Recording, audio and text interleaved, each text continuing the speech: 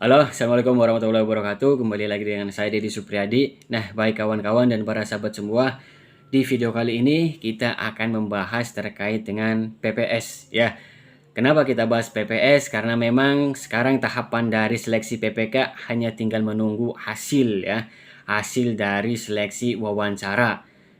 Kemarin sudah dilaksanakan tes tertulis CAT dan juga kemarin juga sudah dilaksanakan tes wawancara. Artinya untuk kawan-kawan dan para sahabat semua yang daftar PPK ini tinggal menunggu pengumuman saja. Nah, ini hal yang mendebarkan sekaligus menegangkan karena memang apa yang sudah kita ikhtiarkan dari awal pendaftaran sampai tes wawancara, kita tinggal menunggu hasilnya dan kita pasrahkan saja kepada yang di atas, kepada Allah Subhanahu wa taala. Semoga hasilnya siapapun kawan-kawan dan para sahabat semua yang masuk dan mengikuti seleksi wawancara kemarin bisa lolos menjadi PPK 5 besar untuk pemilu tahun 2024. Amin.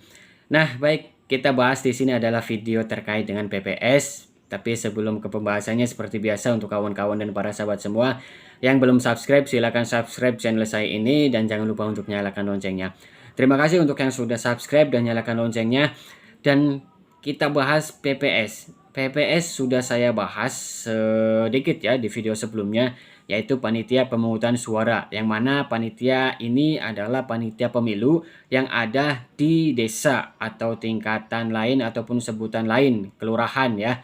Nah, di tingkat desa ini PPS itu ada 3 orang jumlahnya, kemudian dibantu oleh sekretariat. Sekretariat ini biasanya ada di desa ataupun dari orang-orang yang ada di pemerintahan desa, ada 3 orang ya. Dan kemudian juga di PPS sendiri dari 3 orang ini ada yang menjadi ketua sekaligus anggota. Jadi harus ada ketuanya.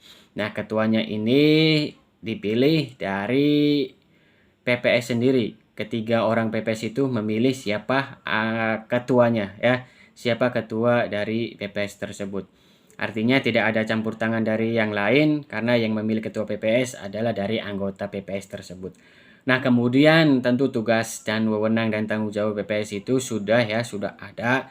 Tinggal baca lagi terkait tugasnya, dan ini yang saya ceritakan di video ini adalah pengalaman saya yang mungkin menjadi PPK kemarin ya. Kemudian juga mungkin ada kawan-kawan senior yang bisa menambahkan atau mengoreksi, silakan.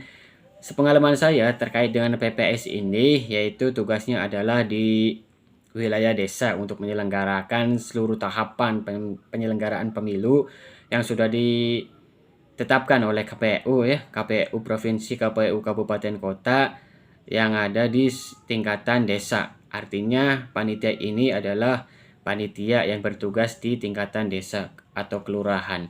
Nah, kemudian untuk kawan-kawan yang nanti ini mungkin mendaftar di PPS ya, karena mungkin untuk yang di PPK ini hanya diambil 5 orang ya. Hanya diambil 5 orang yang akan dijadikan komisioner. Kalaupun nanti ada 5 cadangan ya, tetapi ini kan tidak tahu kapan ataupun dalam istilahnya adalah PAW ya. Jadi kemungkinan yang di luar 5 besar itu mungkin ada yang berminat untuk mendaftar PPS. Silakan siapkan saja pendaftarannya, yaitu melalui Siakba seperti biasa, seperti pendaftaran PPK, yaitu melalui Siakba. Nah, nanti perlu petunjuk lebih ya terkait dengan yang sudah mendaftar di PPK ataupun kemarin ikut di seleksi panitia pemilihan kecamatan ya. Untuk mendaftar lagi di Siakba ini perlu petunjuk teknis yang nantinya mungkin akan ada setelah ataupun menjelang pembukaannya nanti, yaitu perekrutan PPS. Nah, di PPS sendiri tentu tugas kita adalah untuk bagaimana mengkoordinir dan juga bagaimana menjalankan tugas-tugas penyelenggara pemilu yang ada di wilayah desa ya.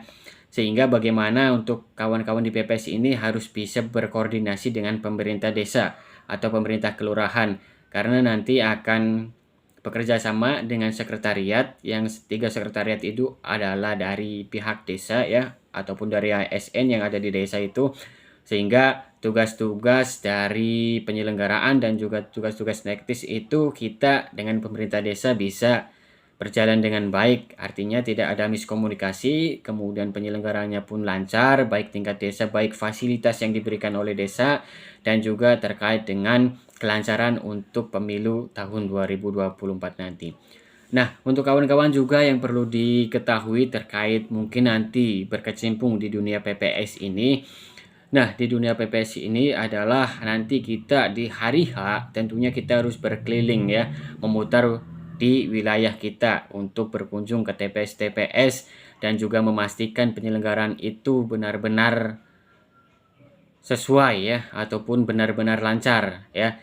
Dan juga tentunya sebelum di hari H itu banyak tahapan-tahapan yang mungkin ada ya di PKPU-nya. Semuanya itu harus kita lewati, semuanya itu harus kita jalani.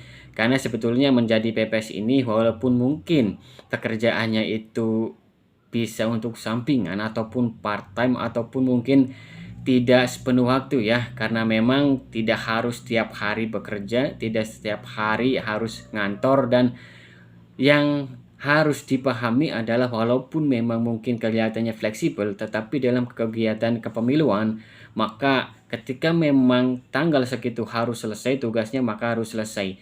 Deadline dari KPU mau tidak mau harus kita ikuti karena memang ketika hal ini mendadak, ada hal-hal yang mendadak yang maka harus diselesaikan, maka harus diselesaikan.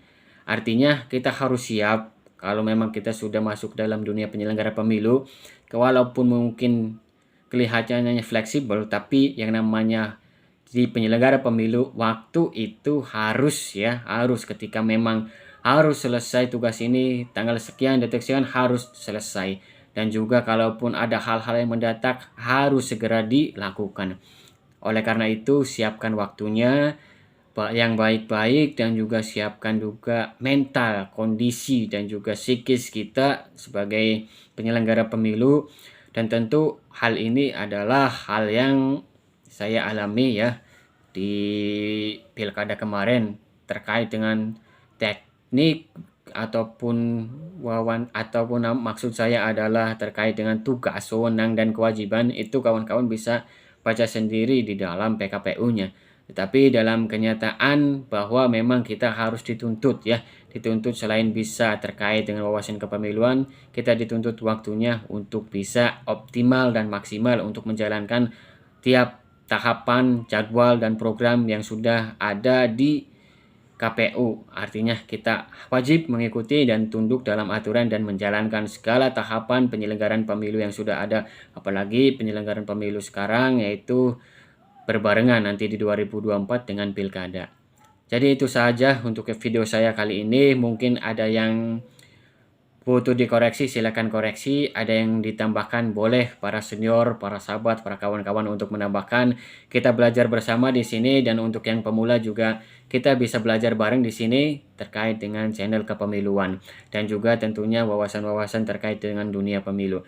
Nah, mungkin itu saja dari saya. Seperti biasa, sebelum saya tutup, untuk yang belum subscribe, silakan subscribe dan nyalakan loncengnya. Sekali lagi saya ucapkan terima kasih untuk yang menonton sampai akhir video ini. Akhir kata, wallahul muwaffiq ila aqwamit thoriq. Assalamualaikum warahmatullahi wabarakatuh.